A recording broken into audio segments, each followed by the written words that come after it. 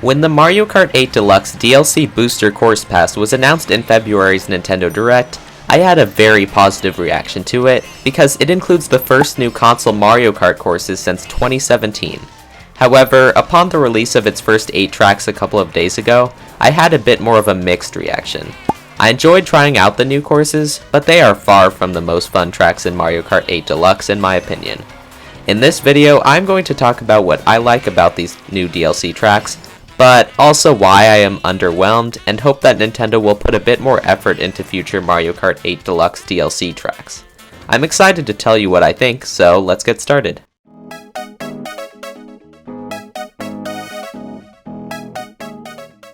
I'm going to start out with the good news because I want to start things off on a good note.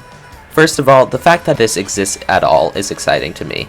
Having all these new courses released for Mario Kart 8 Deluxe is a very good thing because it provides something to look forward to every 3 months and new content to a game that has stayed relatively the same since 2017.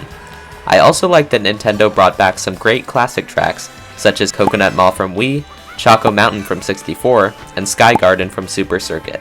And although I have some complaints about the graphics and course design, which I will get to soon, there's no questioning that the graphics look better than they do on the Nintendo 64 or Game Boy Advance, for example. Last, and definitely not least, we can finally see the giant Toad balloons from Toad Circuit how they were intended, in full HD. I'm a bit disappointed to say that this section will probably be longer than the last because I'm now going to share my complaints about the DLC courses.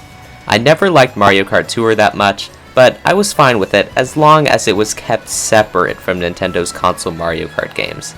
However, that was definitely not the case with these DLC tracks. I knew from the trailer that there was some Mario Kart Tour influence in the courses, and that some Mario Kart Tour tracks were included, but it annoys me how all these tracks look like they were made just for Mario Kart Tour. The graphics look very plasticky, almost like it's a toy. The courses were, in many cases, simplified from their original versions, especially Coconut Mall. Coconut Mall feels much shorter and more boring now, and a lot easier. Remember those cars that would move back and forth in the parking lot and were so hard to avoid?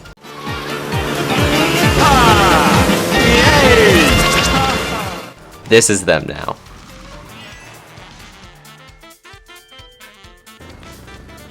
I always hated them, but now that they're gone, I want them back. This isn't just in Coconut Mall, however. I was expecting a huge revamp to Sky Garden from Mario Kart Super Circuit, similar to what was done in Ribbon Road, but it really just feels like the exact same track from the Game Boy Advance with better graphics. As for the Mario Kart Tour tracks themselves, they feel much different from the normal Mario Kart tracks because they have barely any course elements, and honestly just feel like basic loop tracks.